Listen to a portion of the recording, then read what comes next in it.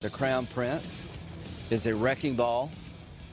I think he's complicit in the murder of Mr. Khashoggi to the highest level possible.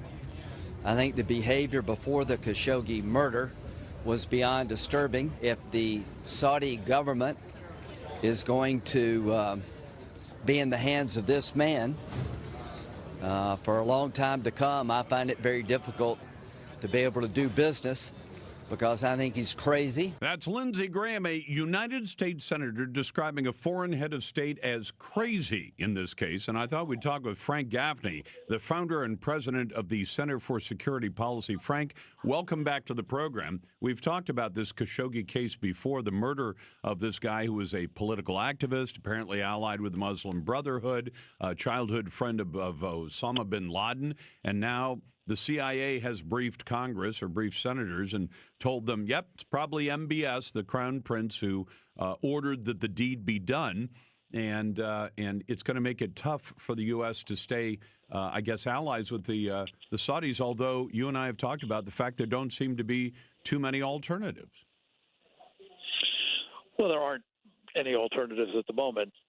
And certainly within the House of Saud, which this Crown Prince is simply the effective leader at the moment. He's got a king who's technically the head of state, King Salman, his father, but he's infirm and has largely turned everything over to his son. So as a practical matter, he's the guy. And I think Lindsey Graham is wrong on this. I've thought Lindsey Graham has been wrong on an awful lot of things, notably not on the Kavanaugh confirmation hearings. Nope. But, under John McCain's influence in particular, Lindsey sadly got a lot of things, particularly with respect to the Middle East, wrong. And one of them was that John McCain, and under his influence, Lindsey Graham, thought we could do business with the Muslim Brotherhood, as did Barack Obama, of course, famously.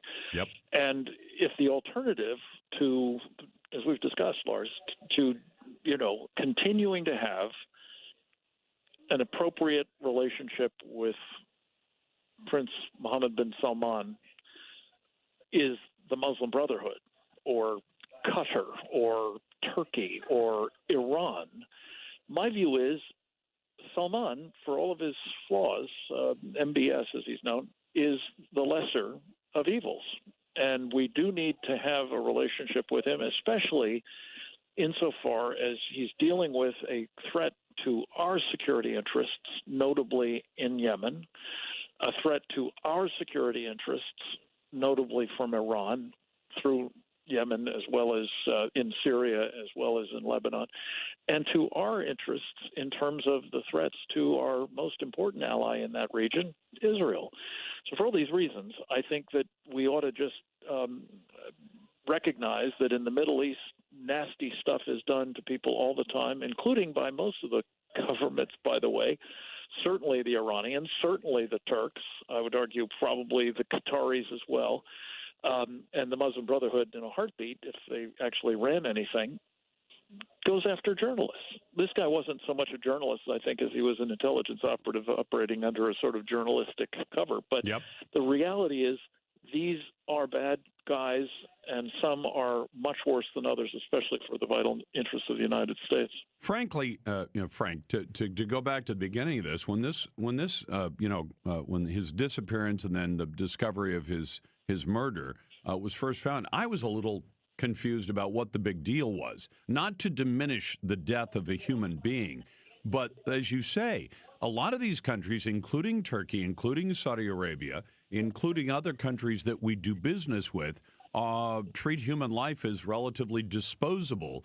And yet, we ignore people who are, put to death because of apostasy, because of adultery, because of homosexuality, and we officially disapprove of it, but nobody makes a big deal of it. And all of a sudden, Khashoggi becomes this lightning rod for some reason. And I almost wonder if certain forces within our country don't say, this is the opportunity to finally, tell our government, you have to stop cooperating with the Saudis, even though they apparently had no problem with it when it was Barack Obama. I mean, the war in Yemen, or the Saudi role in what was going on in Yemen against the Houthis began under Barack Obama. And I don't recall the New York Times or the Washington Post. Maybe I'm not remembering it, but I don't remember them raising a huge stink over it at the time. They apparently thought it was all right for us to do that. That there were interests that we had in that region, and in particular in a little piece of water that squeezes by one tip of that country. Right. Well, the Red Sea side particularly is very worrying, as you know. But, Lars, here's the truth of the matter. I think the people we're mostly hearing from at the moment are people who were either part of or are sympathetic to the line that Obama took, which was partly to turn a blind eye to Yemen. I think you're right about that. But mostly to throw in with the Iranians. And so here's an opportunity, as they see it, to restore, the kind of priority that Obama gave to the dealings with Iran instead of Saudi Arabia by essentially making the Khashoggi affair, such a cause célèbre that we can't have a relationship with the Saudis. I don't know that that's going to work. I certainly don't believe it's a good idea. We certainly have seen the fruits of the bet that Obama made on Iran, the $150 billion bet, by the way, coming a cropper. And I think this idea that we'll try to double down now for this reason is ill-considered and should be rejected. Hey, while we've got a moment or two, I want to ask you what kind of leader you think Representative Kevin McCarthy is going to be as the new House Minority Leader when the new Congress comes in January. Oh, listen, I don't have a whole lot of hope for him. I am pleased that Jim Jordan was made the ranking member of the Government Oversight Committee. I'd hoped he would be the ranking member of the Judiciary Committee and Mark Meadows take that role as Government Operations. And the reason I mention that, Lars, is it was a test in a way of whether McCarthy would be willing to reach out to the guys who would be pit bulls in defending the president and challenging what the Democrats were going to try to do in these committees when they take charge of them in the new session of Congress. I believe that he kind of split the difference. And my guess is that he'll be mostly the leader of the kind that he was in the past, and that is not terribly impressive. We need one who is strong and willing to fight and rooted in conservative principles, and I don't think that has certainly described his record to date. I mean, why? Why? He's got a great opportunity to do some real things in that position. I mean, and so why not take that? What do you think is the flaw there? Well, like a lot of sort of establishment Republicans, and I consider him to be one, there's a certain go along to get along quality, and